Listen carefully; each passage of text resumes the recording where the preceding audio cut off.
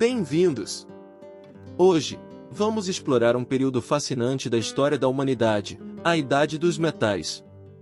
Durante milênios, nossos antepassados aprenderam a dominar os segredos dos metais e utilizá-los para moldar o mundo ao seu redor. Neste vídeo, embarcaremos em uma jornada através do tempo para descobrir como o cobre, o bronze e o ferro revolucionaram as sociedades antigas, impulsionando o progresso e transformando civilizações. Prepare-se para desvendar os segredos da fundição, aprimorar técnicas de forjamento e desbravar novas fronteiras tecnológicas. Acompanhe-nos nesta aventura incrível pela Idade dos Metais e descubra como esses materiais preciosos moldaram o curso da história. Vamos lá! A Idade dos Metais é uma fase da pré-história que marca o fim da Idade da Pedra e o início da fabricação de ferramentas e armas de metal. Durante esse período, o ser humano começou a dominar a técnica da fundição, utilizando inicialmente cobre, estanho e bronze, uma liga de cobre e estanho, devido à facilidade de fusão desses metais. A Idade dos Metais se inicia antes do 5º milênio a.C. e perdura até o surgimento da história, marcado principalmente pelo desenvolvimento da escrita. Em alguns casos, quando há evidências indiretas por meio de registros escritos, também é considerado um período de proto-história. Não há uma clara distinção no desenvolvimento da metalurgia entre pré-história, proto-história e história, exceto de forma arbitrária. Durante a Idade dos Metais, houve um crescimento populacional significativo em algumas regiões do mundo, levando ao surgimento das primeiras cidades, principalmente em áreas de interseção de rotas naturais. Algumas dessas cidades deram origem a importantes civilizações ao longo da história da humanidade. Cobre na Eurásia. O cobre, juntamente com o ouro e a prata, foi um dos primeiros metais utilizados. Isso ocorreu devido à sua ocorrência em forma de pepitas de metal nativo em algumas regiões. O objeto de cobre mais antigo conhecido é um pingente oval encontrado em Shanidar, Irã, datado do 10º milênio a.C. No entanto, foi somente cerca de 3.000 anos depois que o cobre começou a ser amplamente utilizado na forma de peças marteladas a frio. A partir de 6.500 a.C., foram encontrados ornamentos e alfinetes de cobre fabricados a partir da martelagem a frio do metal nativo em vários sítios arqueológicos nos Montes Zagros, como Ali Kosh, no Irã, e no Planalto da Anatólia, Satal Uyuk, Sayon ou Aklar, na atual Turquia. Mais tarde, foi descoberto que o cobre poderia ser extraído de diferentes minerais, como malaquita e calcopirita, através da fusão em fornos especiais, nos quais o oxigênio era insuflado, por meio de tubos longos ou foles, para atingir temperaturas acima de 1.000 graus Celsius. O objeto de cobre fundido mais antigo conhecido é de Tal Iblis, Irã, datado de aproximadamente 4.100 a.C., e foi encontrado juntamente com fornos de fundição, crisóis e moldes. A técnica de fundição de cobre é relativamente simples, desde que os minerais utilizados sejam carbonatos de cobre extraídos de depósitos minerais. A chave está em alcançar a temperatura adequada no forno, o que era feito injetando ar através de bocais longos ou foles. Esse processo é chamado de redução do metal. O mineral triturado era misturado com carvão de lenha, como a malaquita, carbonato de cobre. O bronze é uma liga metálica composta principalmente por cobre e estanho, embora atualmente outros metais como zinco e chumbo também possam ser adicionados para criar bronzes complexos. A proporção de estanho no bronze pode variar de cerca de 3% a 25%, sendo que uma maior quantidade de estanho confere maior tenacidade, mas também menor maleabilidade. Na pré-história, a quantidade média de estanho costumava ser em torno de 10%. Os egípcios foram provavelmente os primeiros a adicionar estanho ao cobre, pois observaram que isso melhorava suas qualidades, como dureza, menor ponto de fusão e resistência à corrosão. O uso do bronze teve início na Mesopotâmia, por volta do mesmo período em que outras grandes civilizações antigas, como a Síria, Canaã e o Vale do Nilo, estavam em seu auge. Os metalúrgicos dessas regiões precisavam se tornar exploradores e comerciantes em busca de minas para obter cobre, estanho e metais preciosos, trocando seus produtos pelas valiosas matérias-primas. Os sumérios e seus sucessores, por exemplo, não possuíam minerais metálicos em seu território e provavelmente os importavam das montanhas Zagros, onde o Império Elamita surgiu, e do Cáucaso, onde há abundância de malaquita e cassiterita. Existem evidências de contatos sumérios que se estendiam do Afeganistão até a Europa Oriental durante o terceiro milênio antes de Cristo. Os antigos egípcios obtinham a maior parte do cobre das minas de Tina, na região de Arava, próximo ao deserto do Negev. No entanto, eles também mantinham relações comerciais com o Egeu e a Europa, como indicam os artefatos egípcios encontrados nesses continentes, evidenciando algum tipo de intercâmbio. Os habitantes da Síria, Palestina, Anatólia e do Egeu direcionaram suas expedições para a Europa, seguindo o curso do rio Danúbio em busca de estanho na Boêmia e Hungria, ou navegando pelo Mediterrâneo até o sul da Península Ibérica, onde obtinham cobre em Euargar. Com o tempo, eles alcançaram as ilhas britânicas através do Atlântico, em busca de cobre e estanho da Cornualha e ouro da Irlanda. Assim, no segundo milênio antes de Cristo, a Europa entrou na Idade do Bronze.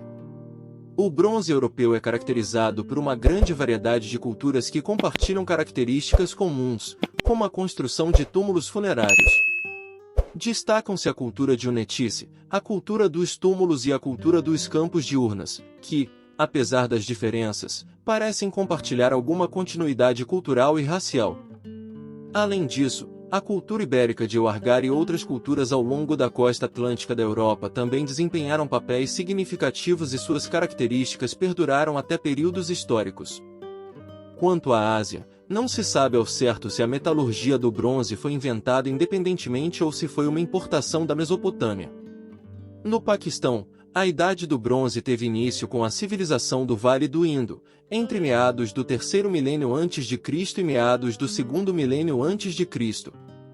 Essa civilização não possuía fontes minerais próprias, e evidências sugerem que eles dependiam de contatos com os elamitas do oeste, através deles, com os mesopotâmicos.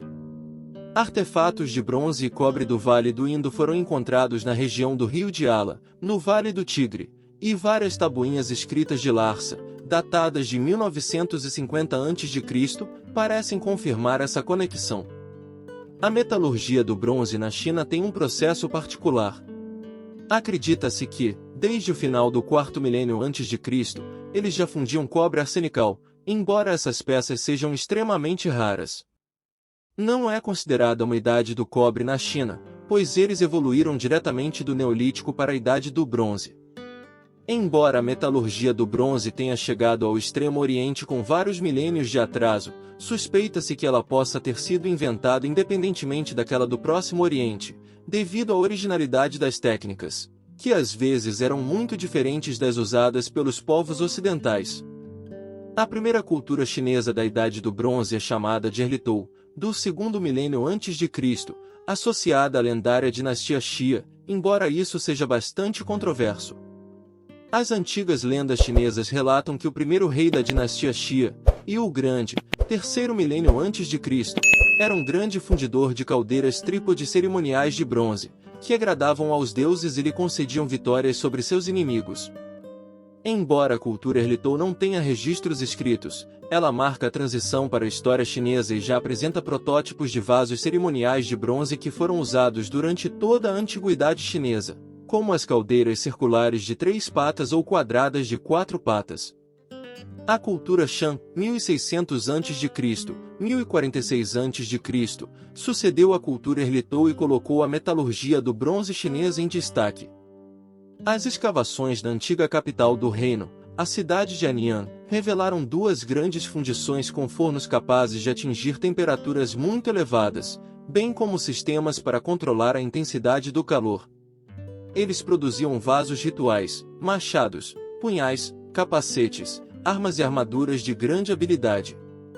Muitas dessas peças eram destinadas aos túmulos reais e foram encontrados numerosos objetos cerimoniais de bronze de alta qualidade. As caldeiras Li Ting e os recipientes de bebida com formas zoomórficas são exemplos de obras metalúrgicas chinesas altamente originais, que atingiram seu auge no final da Era Shang, por volta de 1300 a.C. Seus sucessores, da dinastia Zhou, mantiveram a tradição dos copos rituais. Por muito tempo, acreditava-se que essas obras eram produzidas através da técnica da cera perdida. No entanto, pesquisas recentes demonstraram que os chineses desconheciam essa técnica e usavam moldes de argila complexos, compostos por várias partes bem ajustadas, que não deixavam marcas nas junções. Cada obra era única, pois os moldes eram quebrados para extrair os objetos de bronze. Embora os objetos de bronze chineses tenham sido inicialmente reservados às elites, com poucas ferramentas e muitas armas e objetos cerimoniais, essa situação começou a mudar com o tempo.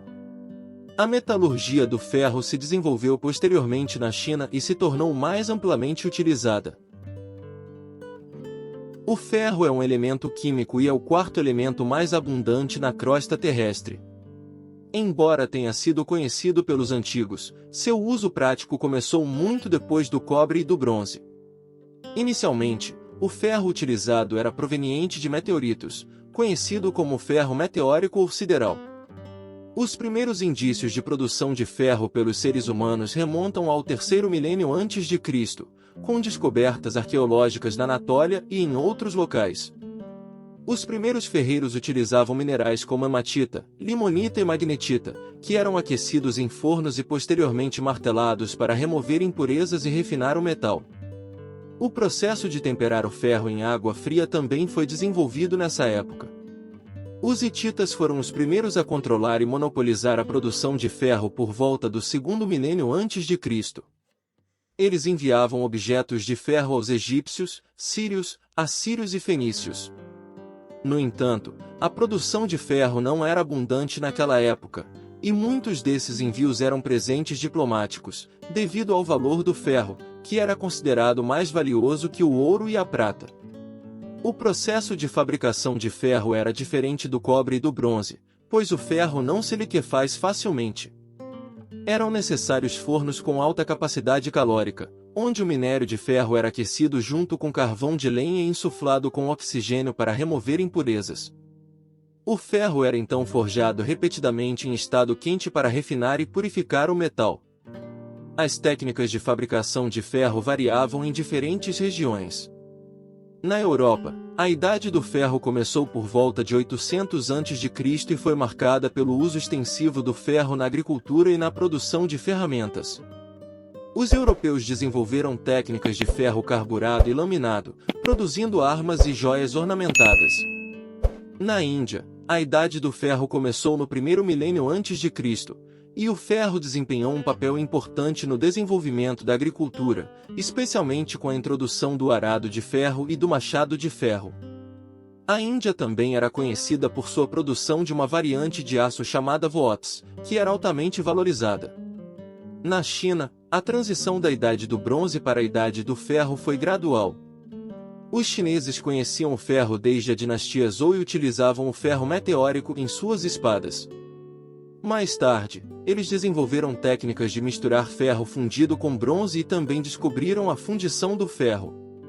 No período dos reinos combatentes, as armas de ferro se tornaram comuns na China. Em resumo, a produção e uso do ferro progrediram ao longo da história em diferentes regiões do mundo. A Idade do Ferro trouxe avanços significativos na agricultura, na produção de ferramentas e armas, e na ornamentação de joias e objetos. E assim concluímos nossa incrível jornada pela Idade dos Metais, um período repleto de descobertas e avanços tecnológicos que moldaram o curso da história humana. Espero que você tenha apreciado essa imersão nas antigas civilizações e nas maravilhas da fundição, do bronze e do ferro. Se você gostou deste vídeo e deseja continuar explorando temas fascinantes como esse, não se esqueça de deixar seu like e se inscrever em nosso canal. Assim, você ficará por dentro de todas as nossas futuras produções e não perderá nenhum conteúdo interessante. Agradeço a todos pelo apoio e pela dedicação em aprender e compartilhar conhecimento. Vamos juntos desvendar os segredos do passado e entender melhor o mundo em que vivemos. Até a próxima aventura! Não se esqueça, like, inscreva-se e compartilhe com seus amigos. Até breve!